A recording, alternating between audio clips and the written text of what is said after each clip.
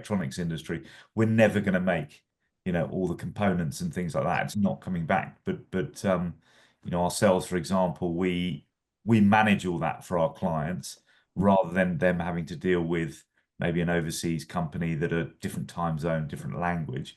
We'll manage all that supply chain but do the final testing and assembly and construction here of all the components that we can't buy locally. I mean, we buy all our metalwork locally, for example, all our plastic injection molding we buy as local as we can, but the electronics and the circuit boards, yes, some come from the UK, but the components, we don't make any components in the UK, so they all come from overseas and all over the world.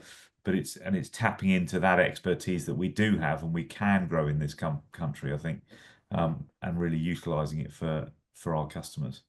Well, it fits around the other discussion that we have to have by necessity around sustainability and environmental and carbon neutral or low carbon economy. Because if we are repurposing, regenerating, remaking, then the carbon footprint is by its nature lower.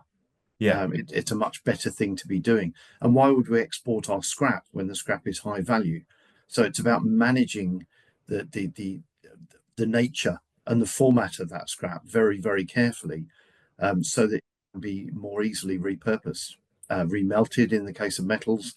In the case of aluminium, it's an endless supply of material. You just keep remaking, but yeah, you've got to be very careful and very clever about that reprocessing to make yeah. sure it's economic, to make sure you receive the material in the form that you want it, not as a mixed bag of metal, Yeah, essentially. right.